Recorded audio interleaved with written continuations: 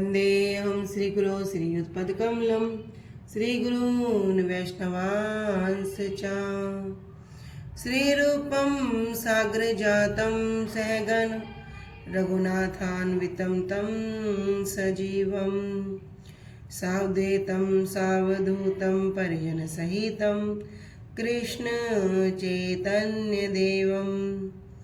श्री राधा कृष्ण पादान सहगण ललिता श्री विशाखान्वितांश्च च गुरुवे गौरचंद्राय राधिकाय तदालये कृष्णाय कृष्ण भक्ताय तद्भक्ताय नमो नमः। नमो विष्णुपादाय कृष्ण प्रेष्ठाय भूतले श्री श्रीमद् भक्ति वेदांत श्री श्रीधर गोस्वामी नामिने।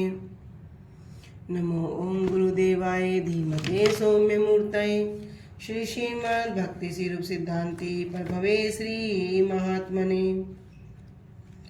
नमो विष्णुपादाय श्री राधिकाय प्रियात्मने श्री श्रीमद् भक्ति वेदांत श्री नारायण गोस्वामी नामिने। वाञ्छा कल्पतरुभ्यश्च कृपा सिन्धुभ्य च पतितानां पावनेभ्यो वैष्णवेभ्यो नमो नमः। पश्चात्कृष्णं भक्तरूपं स्वरूपकं भक्तावतारं भक्ताख्यं नमामि भक्तशक्तिकं श्रीकृष्ण चैतन्य प्रभु नित्यानंद श्री अद्वैत गदाधर श्रीवासादि गौर भक्त वृंद।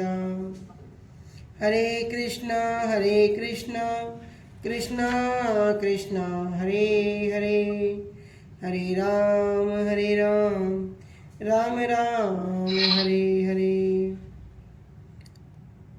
सर्वप्रथम गुरुपाद पद्म जौम विष्णुपाद अष्टोत्तर शत श्री श्रीमद् भक्ति वेदांत श्री श्रीधर गोस्वामी महाराज जी के श्री अभय चरण सरोज में अनंत कोटि दंडवत प्रणाम ज्ञापित करती हूँ।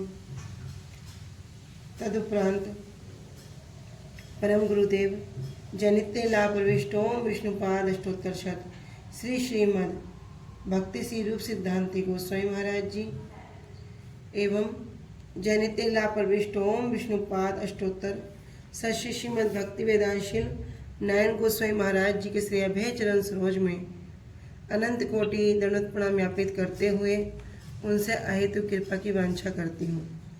ग्रंथकार श्री कृष्णदास कविराज गोस्वामी जी, श्रीमन नित्यानंद प्रभु अखंड गुरु तत्व श्रीमन महाप्रभु एवं समस्त परिकरों के चरणों में अनंत कोटि दंडवत प्रणाम ज्ञापित करते हुए उनसे अहेतु की कृपा की वांछा करती हूँ। उपस्थित वैष्णवजन भक्तवृंद सभी को यथा योग्य दंडवत प्रणाम स्वीकार हो। सभी को हरे कृष्णा दंडवत प्रणाम। हरे कृष्णा दीदी दंडवत प्रणाम सभी को। हरे कृष्णा दीदी दंडवत प्रणाम सभी को।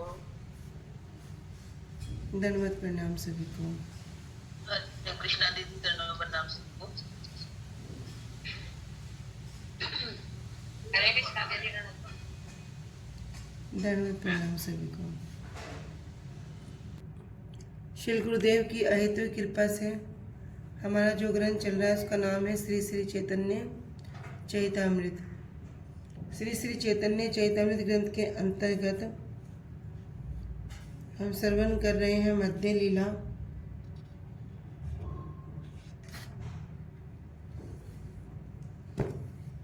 सत्रहवां अध्याय जिसमें हम आ चुके हैं प्यार संख्या 133 और पेज संख्या 110।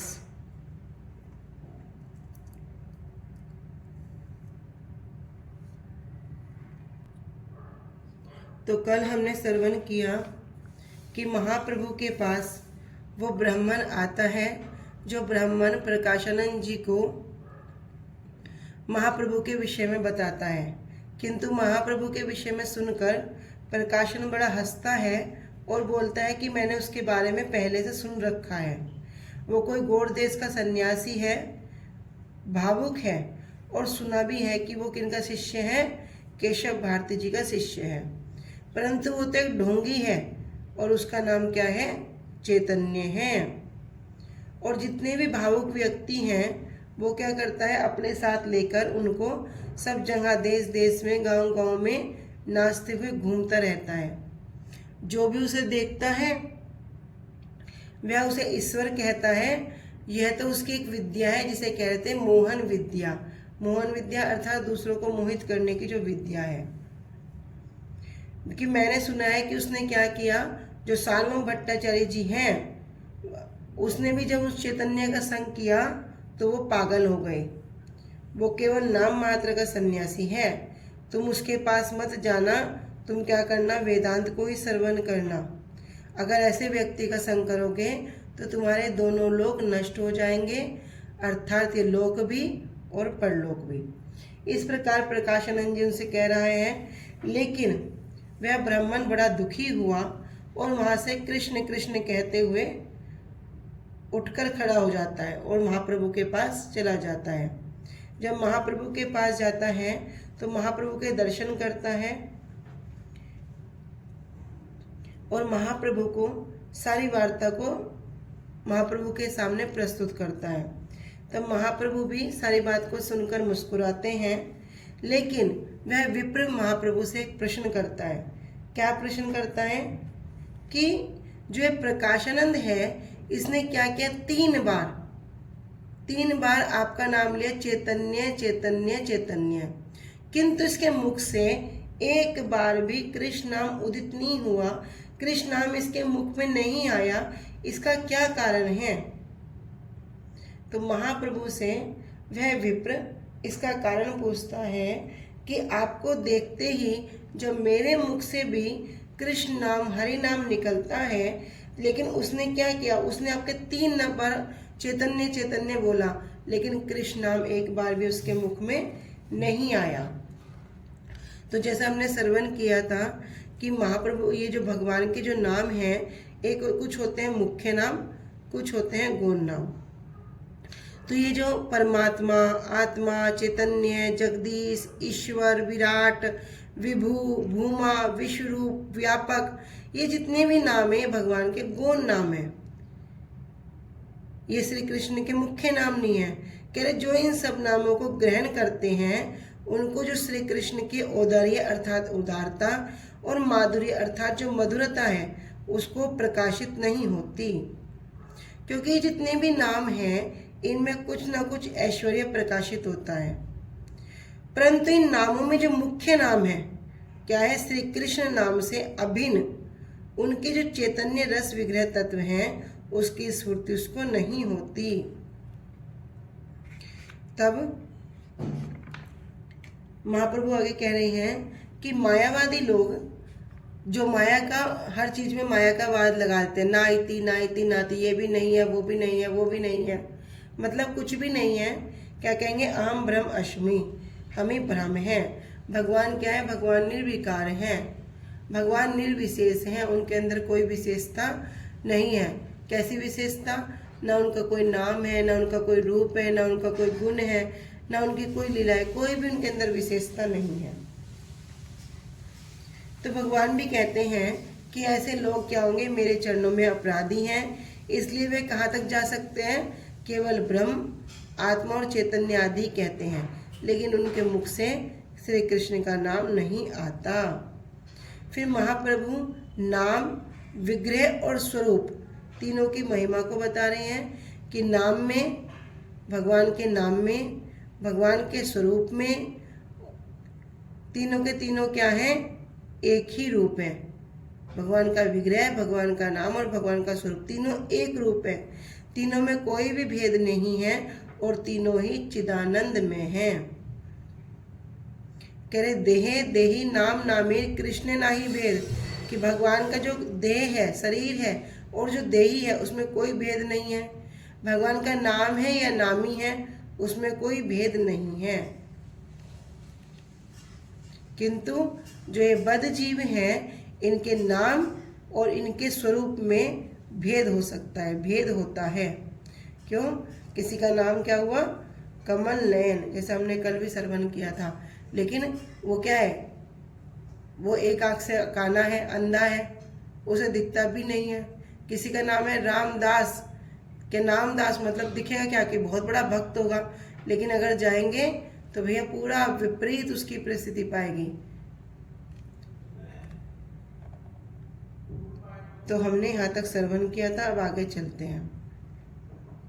प्यार संख्या 133।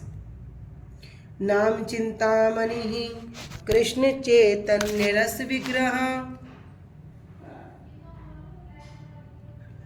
पूर्ण शुद्धो नित्य मुक्तो अभिन्न तत्व नाम नामिनी।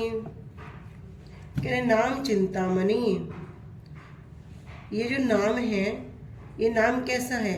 ये नाम साधारण नहीं है। शास्त्र भी वर्णन कर रहे हैं नाम क्या है? चिंतामणि। चिंतामणि मतलब जो चिंता करोगे, जो मन में विचार करोगे, ये नाम क्या करेगा? वो तुमको दे देगा। तभी तो कहते हैं कि जब कोई जीव भगवान का नाम लेना शुरू करता है तब क्या होता है? उसके सारे अनर्थ अपराध कटने शुरू हो जाते हैं। और हम क्या करते हैं? हमें मांगने की जो हमारी वृत्ति है, हमें घर दे दो, बंगला दे दो, गाड़ी दे दो, पुत्र दे दो, नौकरी दे दो, ये मांगने की वृत्ति में जो नाम का जो मुख्य फल है, हम क्या करते हैं? फिर उससे वंचित हो जाते हैं। लेकिन जब कोई नाम करता है, जब कोई काशी व्रत करता है, तो अनायास ही उसे सब कुछ मिलता है। अनायास ही, बिना मांगे ही, बिना किसी प्रयास के उसको सब कुछ मिल जाएगा। लेकिन क्या करेंगे? जब उसमें अपनी इच्छा रख देंगे तो फिर वो इच्छा भी हो जाएगी, क्योंकि नाम तो चिंतामणि है। जो भी चिंता करोगे उसमें आपको प्राप्त हो जाएगा। कह रहे कृष्ण चैतन्य रस विग्रह। और कैसा है? कृष्ण चैतन्य, कृष्ण से अभिन्न है, अर्थात कृष्ण में और नाम में कोई भेद नहीं है, दोनों एक ही हैं। अभी हमने श्रवण किया नाम, विग्रह और स्वरूप तीनों एक रूप हैं। तो क्या कह रहे? नाम में और कृष्ण में कोई भेद नहीं है। चैतन्य रस विग्रह, रस विग्रह, विग्रह मतलब जो विशेष रूप से ग्रहण करते हैं। कह रहे जो सभी दिव्य रसों के भी जो स्वरूप हैं। पूर्ण शुद्ध, जो पूर्ण शुद्ध है। शुद्ध कैसे? जिसमें किसी भी प्रकार का कोई भी भौतिक कलमश नहीं है, सभी भौतिक कलमश से, कलेश से जो रहित हैं। नित्य मुक्त, और कैसे हैं? नित्य अर्थात जो शाश्वत हैं, मुक्त हैं। अभिन्न तत्व, और अभिन्न होने के कारण नाम और नामी, अभिन्न होने के कारण नाम नामिनो। तो भगवान का नाम और भगवान का नाम का जो स्वामी है, दोनों क्या हैं? अभिन्न है, उनमें कोई भी भेद नहीं है। तो नाम क्या है? नाम चिंतामणि। चिंतामणि सकल सेवा अभिष्ट प्रदाता, कि जो कुछ भी इच्छा करोगे, जो कुछ भी चाहोगे, वो क्या करेगा? नाम दे देगा। तो श्री कृष्ण का नाम कैसा है? चित स्वरूप, एक विशेष चिंतामणि है। भगवान का नाम, भगवान का धाम, ये सब क्या है? सब चिंतामणि है। भगवान के धाम के विषय में स्वयं ब्रह्मा जी गोविंद स्तोत्र में कहते हैं ना, चिंतामणि प्रकर सदमसु कल्प वृक्षा लक्षावृतिषु सुरभीर अभिपालयन्तम लक्ष्मी सहस्त्र सत्संभ्रम कोटि सेव्यमानम गोविंदमादि पुरुषम तमहम भजामि। कह रहे वो धाम भी कैसा है? चिंतामणि प्रकर सदमसु कल्प वृक्षा। उसमें क्या है? अनेक अनेक कल्प वृक्ष हैं। वे कल्प वृक्ष करते हैं भैया, जो कामना करोगे वो तुम्हारी पूरी कर देंगे। तो भगवान का नाम, भगवान का धाम और नाम, इसमें कोई भी भेद नहीं है। तो श्री कृष्ण का नाम क्या है? चित स्वरूप है, एक विशेष चिंतामणि है। वह श्री कृष्ण चैतन्य रस का विग्रह स्वरूप है। वह पूर्ण है, अर्थात मायिक वस्तु की भांति बंधा हुआ और खंड नहीं है, जड़ वस्तु की भांति नहीं है। क्या है? पूर्ण रूप से शुद्ध है। वह शुद्ध अर्थात माया से मिश्रित भी नहीं है। नित्य मुक्त, और नित्य मुक्त अर्थात सर्वदा चिन्मय हैं, कभी भी जड़ संबंध से आबद्ध नहीं है, क्योंकि नाम और नामी के स्वरूप में कोई भेद नहीं है। तो कृष्ण का नाम कैसा है? दिव्य रूप और सद चिद आनंद, चिदानंद है तो कैसा है? आनंद में है। सभी प्रकार के जो आध्यात्मिक वस्तु है उसको भी ये देने वाला है, क्योंकि ये जो कृष्ण का नाम है ये क्या है? आगार वस्तु। आगार वस्तु मतलब से कहते हैं कोई खान, आकर वस्तु जिससे सब कुछ उत्पत्ति होती है, ये वही आकर वस्तु है। ये नाम और नामी में कोई भेद नहीं है। अतएव कृष्ण नाम देहे विलास, प्राकृत इंद्रिय ग्राह्य नहे, है स्व प्रकाश। अतएव, अतएव कृष्ण नाम, इसलिए कृष्ण का नाम कैसा है? पवित्र है। देह विलास, उनका शरीर, उनकी लीलाएं प्राकृत इंद्रिय ग्राह्य नहीं। भैया प्राकृत अर्थात जड़, अर्थात जो अनित्य है, जो नश्वर है, वैसी प्राकृत इंद्रियों से उनको ग्रहण नहीं किया जा सकता। है स्व प्रकाश, वे क्या हैं? स्वतंत्र रूप से अपने आप प्रकाशित होते हैं। तो हम पहले भी श्रवण कर चुके हैं कि प्राकृत वस्तु न है अप्राकृत गोचर। प्राकृत वस्तु से कभी भी अप्राकृत वस्तु के दर्शन नहीं किए जा सकते। तो जो कृष्ण का नाम है, कृष्ण का जो शरीर है, कृष्ण की जो लीलाएं हैं, ये सब प्राकृत इंद्रियों के द्वारा ग्रहण नहीं किए जा सकते। और ये क्या है? स्व प्रकाश, ये स्वयं प्रकाशित होते हैं।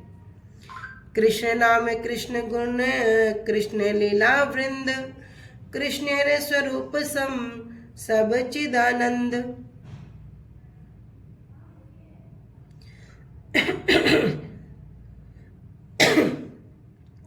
कृष्ण नाम, कृष्ण का नाम, कृष्ण गुण, कृष्ण के जो दिव्य गुण हैं, और कृष्ण लीला वृंद, और कृष्ण की जितनी भी सभी लीला समूह हैं।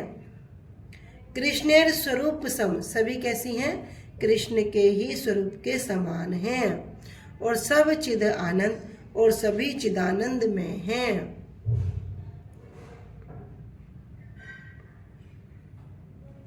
इसलिए स्वयं प्रकाशित होने के कारण श्री कृष्ण का नाम, उनकी देह, उनकी विलास प्राकृत इंद्रियों के द्वारा नहीं समझे जा सकते। श्री कृष्ण का नाम, श्री कृष्ण के गुण और श्री कृष्ण की लीलाएं श्री कृष्ण के स्वरूप के समान ही सभी चिद आनंद में हैं। चिदानंद में का शब्द का अर्थ हमने कई बार समझा भी है। चिद अर्थात कृष्ण, चिद मतलब ज्ञान, संविद शक्ति, और संविद शक्ति के जो अधिष्ठाती देवता है वो कौन है? कृष्ण है। आनंद, आनंद का आह्लादनी शक्ति, और आह्लादनी शक्ति की जो देवी है वो कौन है? श्रीमती राधा रानी। तो इसको बोलते हैं वैसे सद चिद आनंद। सद अर्थात सत्ता, चिद अर्थात ज्ञान, आनंद अर्थात आह्लादनी, आनंद देने वाली। तो सद वस्तु, सत्ता किसकी है? बलदेव प्रभु। बलदेव प्रभु क्या करते हैं? साई सत्ता को पहले ही प्लेटफॉर्म को तैयार कर देते हैं। तो संधनी शक्ति के जो अधिष्ठात्री देवता हैं वो है बलदेव प्रभु। फिर संविद शक्ति जो ज्ञान है वो क्या है? चिद है। जो संविद शक्ति के जो अधिष्ठात्री देवता वो कौन हो गए? कृष्ण हो गए। और आह्लादनी शक्ति की जो देवी होगी वो कौन होगी? राधा रानी हो गई। तो कह रहे सद चिद आनंद, यहाँ कह रहे चिदानंद में है, तो चिद प्लस आनंद। अनुभाष्य, श्री कृष्ण की देह, देह मतलब सब जानते हैं शरीर, श्री कृष्ण का नाम और श्री कृष्ण का रूप, श्री कृष्ण के गुण और श्री कृष्ण की लीलाएं, यहाँ तक कि श्री कृष्ण के जितने भी परिकर हैं, वैशिष्ट्य आदि सभी चिदानंद में होने के कारण भगवान का नाम, भगवान का शरीर, भगवान का रूप, भगवान के गुण, भगवान की लीलाएं और यहाँ तक कि भगवान के परिकर भी सभी क्या है, सब सद चिद आनंद में हैं। और सब सदचिद आनंद में होने के कारण जो 3 गुण हैं, सत्वादी, सतोगुण, रजोगुण और तमोगुण, तीनों गुणों के अभिमानी जीव के जो जड़ीय रूप हैं, जड़ीय कैसा, रूप रस गंध शब्द और स्पर्श के द्वारा ग्रहण और अनुभव नहीं किए जा सकते।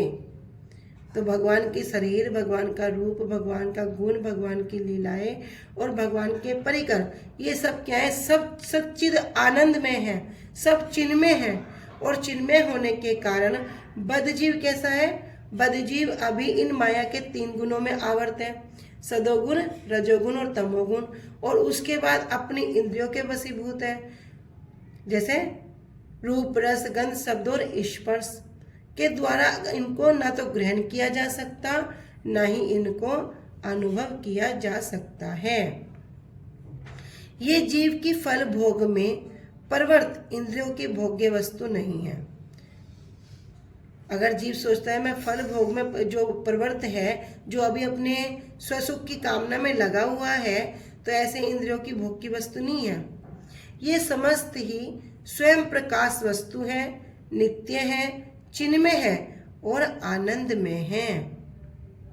गुणों के अंतर्गत जड़ वस्तु के नाम, रूप, गुण और क्रिया के बीच में परस्पर जड़ीय पार्थक्य होता है, एकत्व नहीं होता।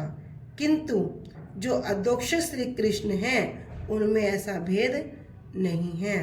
अर्थात श्री कृष्ण का नाम रूप गुण लीला सब एक है, लेकिन जड़ीय जीव का नहीं हो सकता। अतः श्री कृष्ण नामादि न भवेद ग्रहम इंद्रिया सेवोन्मुखे ही जिह्वादो स्वयमेव स्फुरिदित्यः। अतः इसलिए श्री कृष्ण का जो नाम है, जो रूप है, जो गुण है, सभी क्या है, सभी परम भूमिका पर है। श्री कृष्ण नाम आदि, भगवान का नाम रूप गुण लीलाएं सब आदि में सब आ गया। कह रहे ना भवेद ग्रहम इंद्रिया, इंद्रिया जड़ इंद्रियों के द्वारा न भवेद ग्रहम, उनको ग्रहण नहीं किया जा सकता, अनुभव नहीं किया जा सकता। क्यों? क्योंकि हमारी जो इंद्रियां हैं अभी ये कुंठित हैं, अभी ये भौतिक हैं। लेकिन सेवोन्मुखे ही जिह्वा दो, जब सेवोन्मुखे उनकी सेवा में यदि कोई जीव लगा हुआ है, वो क्या होगा, ही निसंदेह ही कैसे आरंभ करेगा, जिह्वा दो, जिह्वा से आरंभ होकर क्या करेगा, भगवान का नाम सबसे पहले जिह्वा से करेगा। कह रहे जिह्वा से आरंभ होकर स्वयमेव स्फुरते, वो फिर क्या होगा, उसके हृदय में स्वयं ही उसकी स्फुरित हो जाएगा, उसकी स्फूर्ति होने उसको लगती है।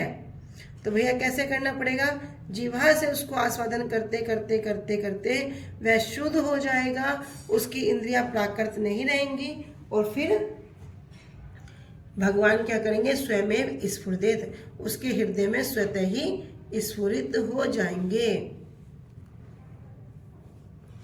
अतएव श्री कृष्ण के नाम रूप गुण लीला कभी भी प्राकृत नेत्रों, प्राकृत शब्द का अर्थ किसी को समझ में नहीं आ रहा है तो देख लेना, बता देना।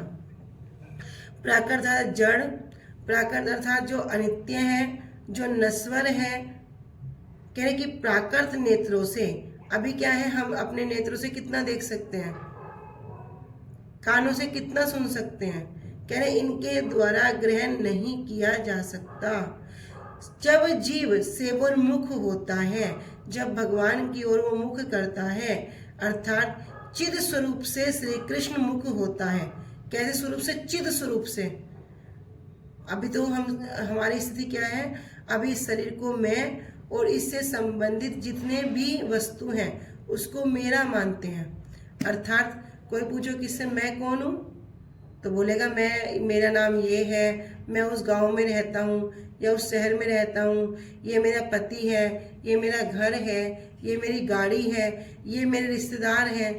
तो अभी हमारी वृत्ति कैसी है कि अभी तो हम जड़ वस्तु में ही लगे हुए हैं, अभी हम चिन्मय वस्तु की ओर आकर्षित नहीं हो पा रहे। कब होंगे? जब जीव सेवनमुख होता है, अर्थात अपने चित्त स्वरूप से, जिसको पता लग गया मैं ये शरीर नहीं हूँ, मैं कौन हूँ, मैं भगवान का अंश हूँ, मैं उनके दासों के दासों के दासों का दास हूँ। मेरा जो स्वरूप है वो क्या है? जीवेर स्वरूप है कृष्ण नित्य दास। मेरा स्वरूप भगवान का दास होना है, संसार का दास होना नहीं है।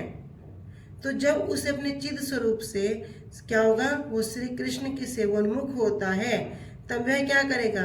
तभी अप्राकृत जिह्वा आदि इंद्रियों पर श्री कृष्ण नाम आदि स्वयं ही स्फुरित होने लगेगा। भगवान का जो रूप है, भगवान की जो लीलाएं हैं, वो उसको स्फुरित होने लग जाएंगी। इसलिए श्री कृष्ण नाम आदि से श्री कृष्ण के अभिन्न, अभिन्न मतलब एक, कोई भेद न होने के कारण श्री कृष्ण का रूप, गुण, लीला, परिकर, वैशिष्ट्य, प्राकृत भोग, प्राकृत भोग मतलब समझ जाओ, प्राकृत मतलब जड़, जड़ भोग, नेत्र, कर्ण, नासिका, जिह्वा और त्वचा आदि जो इंद्रियों के द्वारा ग्रहण, रूप, रस, शब्द, गंध, स्पर्श विषयों के समान कभी भी ग्रहण नहीं किए जा सकते। निश्चय श्री कृष्ण नाम आदि अदोक्षज होने के कारण सर्वथा ही जड़ भोग पर इंद्रियों से अलभ्य है। तब कब और किस प्रकार जीवों को नाम का आश्रय प्राप्त होता है, इसे कह रहे हैं कि अप्राकृत बुद्धि से। अभी बुद्धि कैसी करो? अप्राकृत चिन्मय शुद्ध श्री कृष्ण भजन में प्रवृत्त जो जिह्वा आदि है, जिह्वा आदि मतलब सब इंद्रियों के विषय में कह दिया कि जिह्वा से भगवान का नाम करो, कानों से भगवान की कथा सुनो, हाथों से भगवान की मंदिर की सेवा करो, हरि नाम की सेवा करो, पैरों से धाम की परिक्रमा करो, जिह्वा से भगवान के नाम का उच्चारण करो और भगवान के महाप्रसाद को ही ग्रहण करो। शुद्ध सत्य में इंद्रियों पर ही श्री कृष्ण नाम आदि स्वयं ही प्रकटित होते हैं।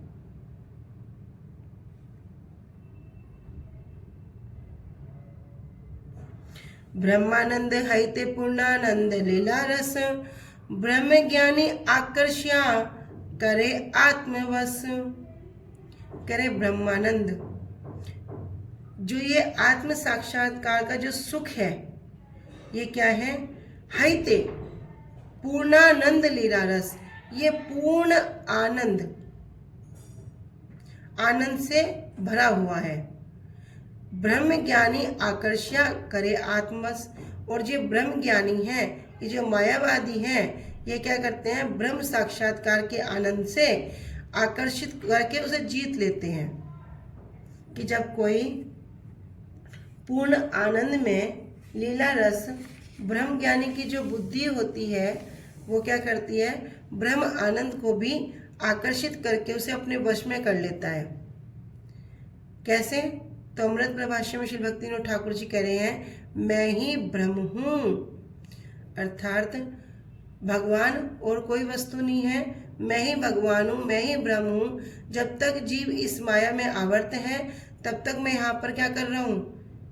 ये संसार के सुख दुख को सहन कर रहा हूँ, लेकिन जब मैं इस शरीर को छोड़कर जाऊंगा तो मैं ब्रह्म में लीन हो जाऊंगा। तो ब्रह्म और कोई नहीं, मैं ही ब्रह्म हूँ। ऐसी बुद्धि जिन लोगों की उदित होती है, उनमें माया चिंता दूर होकर चित स्वरूप ब्रह्म में अवस्थिति रूप थोड़ा सा सुख का उदय होता है, थोड़े से सुख का। किंतु जो लोग श्री कृष्ण का नाम, श्री कृष्ण का रूप, जो श्री कृष्ण के गुण और श्री कृष्ण के लीला रूपी चिन्ह में रस विलास हृदय में उदित करा पाते हैं, वे ब्रह्मानंद से अनंत गुना श्रेष्ठ और पूर्णानंद लीला रस का भोग करते हैं। इसलिए पूर्णानंद लीला रस स्वयं रूप श्री कृष्ण लीला सहसा ब्रह्म ज्ञान को भी आकर्षित करके अपने वश में कर लेती है। कह रहे ब्रह्मभूत। जब कोई ये समझता है कि वह भौतिक जगत का नहीं है अपितु कैसा है, आध्यात्मिक जगत का है, तब वो क्या होगा, तब वो मुक्त कहलाएगा। और आध्यात्मिक जगत में स्थित होना कैसा है भैया, आनंद देने वाला है, आनंद प्रदान करने वाला है। किंतु जो लोग भगवान के नाम में, भगवान के रूप में, भगवान की लीलाओं की, इन सब की जो अनुभूति करते हैं और क्या करते हैं, वे इस जो आत्म साक्षात्कार, जो ये अहम ब्रह्मास्मि है, जो ज्ञानी है, इनकी तुलना से कैसे हैं, इनकी तुलना से कई गुना अधिक दिव्य आनंद का ये भोग करते हैं। कौन, जो लोग कृष्ण भक्त हैं, जो कृष्ण की लीलाओं में, कृष्ण की सेवा में अपनी सभी इंद्रियों को लगाए हुए हैं।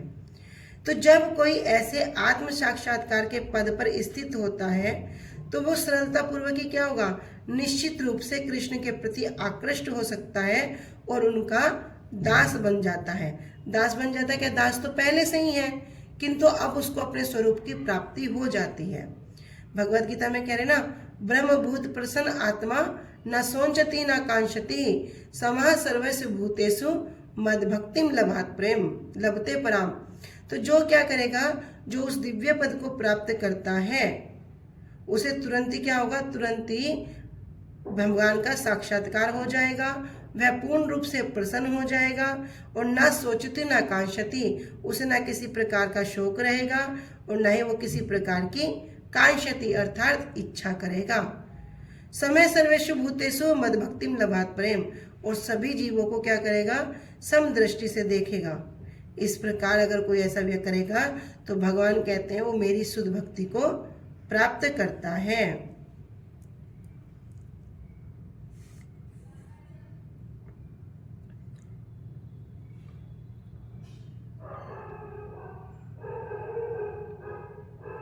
आगे कह रहे हैं श्रीमद् भागवतम के अंतर्गत, आत्मा रामस्य मुनियो निर्ग्रंथा अप्युरुकर्मे कुर्वन्त्या अहेतुम किम भक्तिम इत्थम भूत गुणो हरिहि।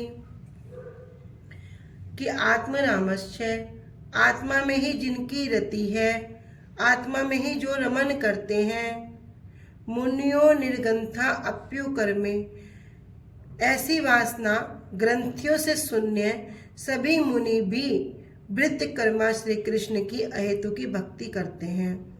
कुर्वन्त्या अहेतु की भक्तिम, क्यों, कैसी भक्ति, अहेतु की भक्ति, क्योंकि जगत के जो चित्तकारी हैं श्री हरि का ही ऐसा ही एक गुण है।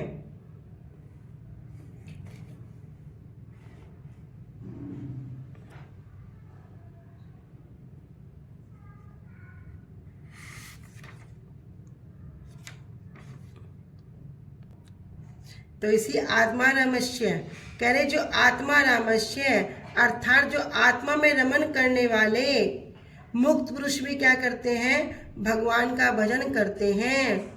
क्यों, क्योंकि भगवान में ऐसे अचिंत्य गुण हैं कि वे आत्मा राम मुनियों के चित्त को भी आकर्षित कर लेते हैं।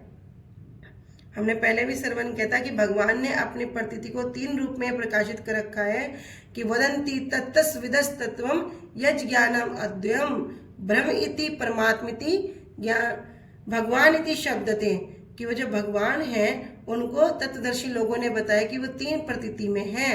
कैसे, ब्रह्मिति ब्रह्म रूप में, परमात्मिति परमात्मा रूप में और भगवानिति भगवान रूप में, स्वयं भगवान। कि जो ज्ञानी लोग हैं वो ब्रह्म की उपासना करेंगे, जो योगी हैं वो परमात्मा की उपासना करते हैं, लेकिन जो भक्त है वो तो भगवान को ही उपासक, भगवान की ही पूजा करता है।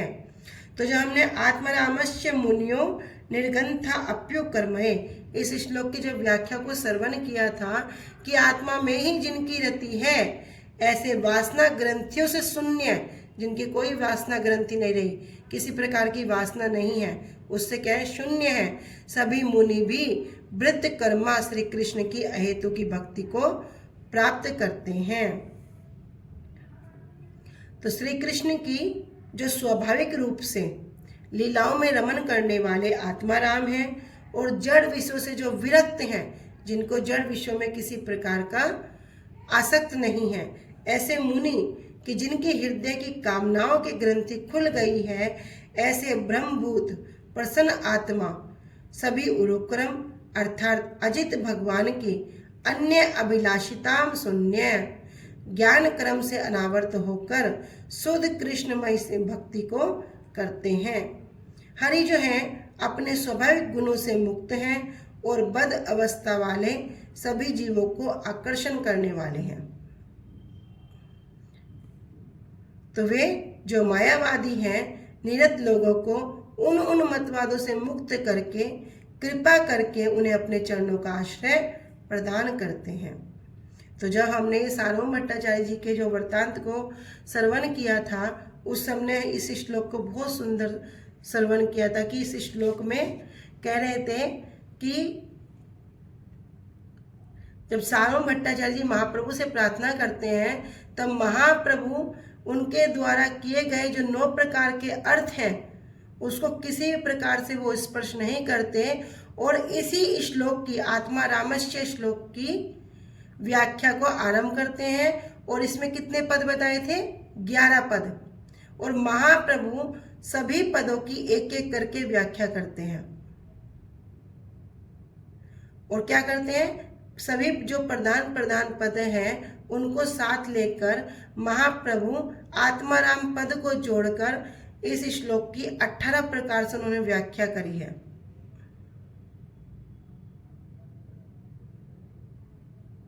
तो 11 जो पद हैं उसमें हमने श्रवण किया था, क्या था? मुन्या निर्गंतहा उरुकरम अहेतुकी भक्ति गुण और हरि। कह रहे जो 7 प्रधान पद हैं इसमें क्या किया महाप्रभु ने? आत्माराम पद को जोड़कर 7 अर्थ हो गए, तो कुल मिलाकर 18 अर्थ हुए थे। 7 ये हो गए थे और 11 क्या थे? आत्माराम, दूसरा चा, तीसरा मुन्य, चौथा निर्गंथा, 5वां अपि, 6ठा उरुक्रमे, 7वां कुर्वंती, 8वां अहेतुकी और 9वां भक्तिम और 10वां था इत्यम भूत गुना और 11वां था हरि। तो 11 ये हो गए और 7 जो प्रधान पद है जो हमने अभी वर्णन किए वे हो गए। इस प्रकार महाप्रभु सार्वभौम भट्टाचार्य जी जब उनसे प्रार्थना करते हैं तो महाप्रभु इस श्लोक की व्याख्या करते हैं।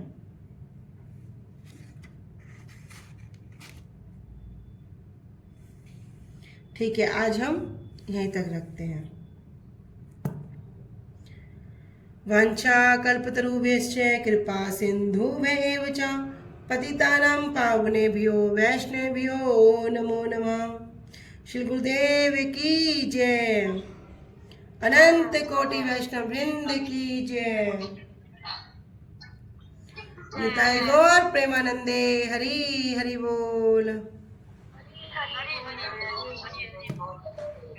हरे कृष्णा। सभी को दंडवत प्रणाम। दंडवत प्रणाम भैया, दंडवत।